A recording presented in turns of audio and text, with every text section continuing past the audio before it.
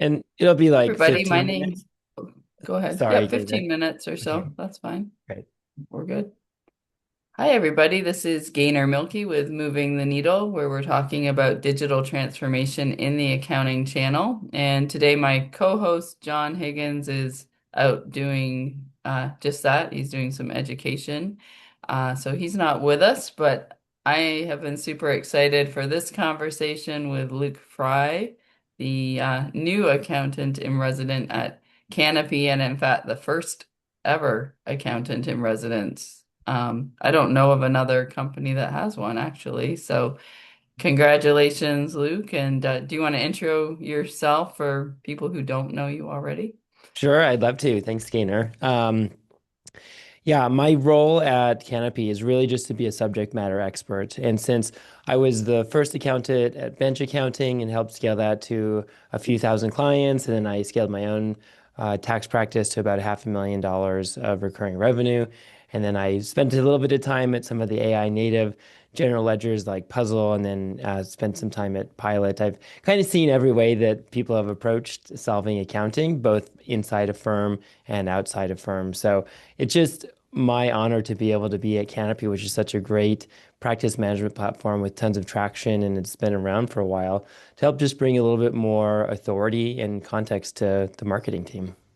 Yeah. Well, and I think what you've been doing, even like in your first few months, has been amazing. You've really been out there. So if anybody's not following Luke on LinkedIn and other social platforms, you'll want to do that so you can see all of the places that he goes and kind of you're bringing a lot of accounting innovation to the profession and to professionals in their firm kind of through the work that you're doing. So, tell me a little bit about that and like how you're approaching this because having been a, practicing accountant and then also like being, kind of around on the tech scene for a while, like Mhm. you probably got like a really I know you've got a really interesting perspective. Absolutely. Well, my mission is really just to make accounting easier for everyone. I was a reluctant accounting grad, combination of economic forces when I graduated, and then also a natural ability to do accounting basically forced me into accounting. And then I grew to love accounting in a lot of different ways. But the reality is, I love talking about accounting. I love talking about tech. I love talking about growth and innovation. But there's still a lot of grunt work in accounting that makes me not love it. And there's never been a better time in the world to be an accountant from a sense of the amount of innovation, automation, technology that can take away some of that grunt work, which makes it a lot more appealing now and is especially important with the talent gap, right? So there's more need for accountants than there are accountants. So if you run an accounting practice, it is one of the most surefire investments from an ROI point of view if you can figure out staffing and just execution. And I think a lot of that comes through technology and efficiency. Mhm. But I want to just turn back to something that you just said there is, because something that I espouse to a lot of firms too is that you're running an accounting practice or an accounting business. And I think that's a shift that a lot of firm leaders need to make is thinking of themselves more as the business owner and running the business as opposed to Mhm. just doing the work, which they love, but Mhm. unfortunately, that's not going to help you scale if you spend all day just doing work. You've got to be able to scale that with the talent and the team and the tech. So, I mean, do you have Mhm. any advice there for people who are Sure. trying to make that shift? Yeah, I think and talk about this a lot, and I attribute much of my way of thinking to the E-Myth, Michael Gerber. There's an accounting version one, I believe Darren Root as well. But the point is, if you're the most technically competent person in your firm on tax or accounting or service delivery, you're probably not going to be able to scale very far and probably not going to be able to scale past your capacity. And that's probably one of the most likely or common things I see with accounting practice owners is they love the client relationships, they love the technical competence and being the smartest person when it comes to doing tax stuff. but that doesn't allow them the business to grow beyond their capacity. Mhm. So if you're having trouble getting past $1 or $2 million in revenue and you have a team and everyone is coming to you for help and support, that probably means you're building an unscalable practice. Maybe that's what you want, and that could be perfectly fine. But if you're wanting to grow into a larger practice, figuring out how to not be the person that everyone goes to all the time, which is a good feeling, but it's not a setup for long-term scalability. Right. So you kind of have to leave your ego at the door and not be the smartest accountant in your firm necessarily, but the most strategic one. Exactly. How are you allocating resources, whether that is hiring in the US, offshoring, leveraging tech and AI, utilizing training modules. We talked about this a little bit earlier. Uh, Probably true of any tech. There's a lot of software that we purchase but aren't fully taking advantage of. Hmm. Yeah, and I loved your example. We talked about this before we started recording of, not having to double pay for, things. And, part of being able to scale is also cost efficiency as well as the workflow efficiency. So, to kind of bring it into what Canopy's doing in the accounting channel, I think that's one of the magic bullets is having an all-in-one system that you don't have to double pay on all of these different apps. Certainly, in my consulting work, I always recommend that people are recording their calls using a CRM and using subscription billing. Well, that used to be three separate apps. Mm. And now with Canopy, and only since I started in the last few months, have they released some of these other features to automatically record a call. Yeah, I think that's one of the most novel and highest leverage things you can do is be recording calls with clients to check for scope creep, to help delegate tasks and work. And now in Canopy, it's directly tied to the client record. So you don't even have to have this separate siloed system. You're copying and pasting. There's additional security risk. There's just so much of a strategic advantage to an all-in-one practice management. And I also, we'd made an announcement or we helped Canopy with the announcement on Coworker.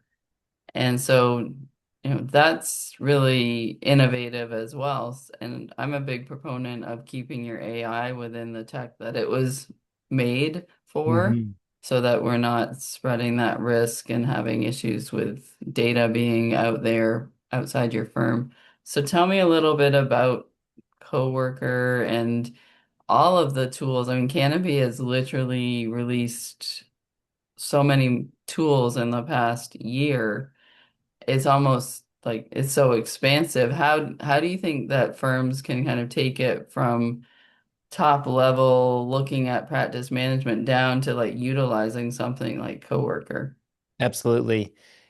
I mean, AI is a topic we've all probably grown tired of even hearing about. The reality is, whether you agree or disagree with it, it's here. It's just like the internet or gasoline.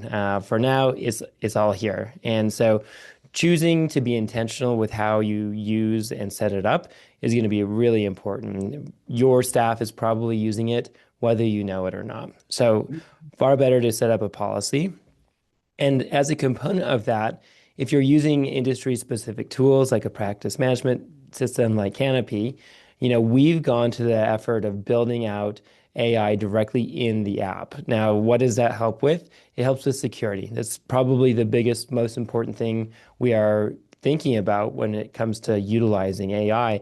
How can I make sure it's not taking my data, my client's data, and putting it into some sort of model to be trained on? We're not doing any of that. And as you alluded to, Canopy is so expansive. I know many firms who've been on it for years and aren't even leveraging features that were out a year ago. So, what's really cool with AI and what we're calling coworker within Canopy, you can actually just ask it, hey, I'm new here, or I haven't used AI before, or I'm just getting back into really making sure I'm using Canopy. Where should I look? And the AI will actually just walk you through it like a custom onboarding plan. And I think that's so important for firm. leaders and practitioners to empower themselves. Like it's kind of, I like to think of it as this is just a new kind of, we all got used to Google and asking for things, but here it's so much more powerful because you can ask and not just get an answer, but you can actually line it up with action.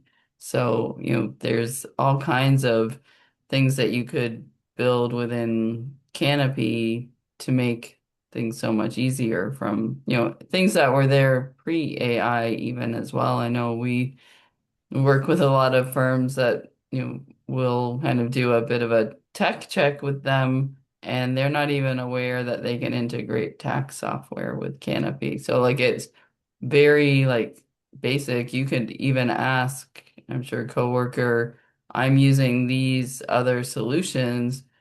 Which ones can work with Canopy and which ones do I not need anymore? Like that would be an excellent question to ask coworker for sure. Absolutely. And we're moving beyond what we've grown so used to in just the chat agent, right? The chat bot is helpful and constructive in many ways, but with Coworker and just the agents in general, it's a tool, or you could think of it as an intern who can actually execute on some baseline tasks, whether that's creating reports, reminding you of things, or actually scheduling emails that you approve. And in Canopy, we really set those permissions up, which aligned very nicely with the news from the IRS recently about AI practice management or AI principles, and making sure that the practitioner is reviewing things before we're sending them out. Yeah. And I know that's part of the updates that firms need to make in a WISP. So if they have the written information security plan, which every firm needs, I think, regardless of whether they're doing tax or not. You said, at the beginning about policies, we're we're all about that here because there's so much more risk with just the open nature of these tools. And, as you said as well, like your staff are probably using AI and you need to manage that in your firm so that people are not throwing client spreadsheets into Chat GPT to, get a quick solution. They need to be Mhm. doing so within a container that's meant for that purpose and keeps everything safe within the walls of your firm, just like you wouldn't, give your client files to a third party without having like a NDA or some kind of thing. You've got to make sure that you lock those things down. And I think it's also helpful, and you could speak to this, Luke, really well, is if you have a new employee who's joining your team, so much easier to bring them into Canopy and show them the ropes, right? It's like right there for them. Absolutely. We have a fantastic Canopy University to work Mhm. through. It's several hours of content, and we have made so many new product releases since that's been fully baked, and it's going to be constantly updated. But very easily and quickly, you could log in either as an admin or manager of someone who's just starting out and get them a list of things that they need to do. You can even review their usage. How much are they leveraging the AI tools within Canopy? And it really begins to be a true coworker, a collaborator to be able to execute on work. Yeah, I mean it really is amazing, and I work closely with Canopy, so I maybe have a bit of a biased view, but I just think that there's so much benefit to firms to really consider an all-in-one solution because of the security, I think the synchronicity as well. You're not having to patchwork things together. And I think that's another thing I see some firms trying to do is to use open AI tools to do work that shouldn't be out in the open. And also, why try to build something yourself when you can get something that's being built for accounting firms by people who are totally invested in the future of accounting. And to that point, Luke, like where do you see the future of accounting Hmm. accounting going? I mean, thankfully for people like me, I think it's just going to be more and more human. Certainly, there is a anxiety over computers replacing us, right? But my hope and what I want to be part of building is this reality of let's help it replace the really redundant or low value work. Something we've been talking about for 15 or 20 years with the advent of cloud accounting. Let's just keep going down that journey to be more human, to be a real advisor, to give people strategic advice as opposed to here your filings done, your financials are done. Mhm. So when you think about how long it's really taken for people to embrace the cloud Mm. and compare it to, it seems like a arms race of like AI Mhm. right now.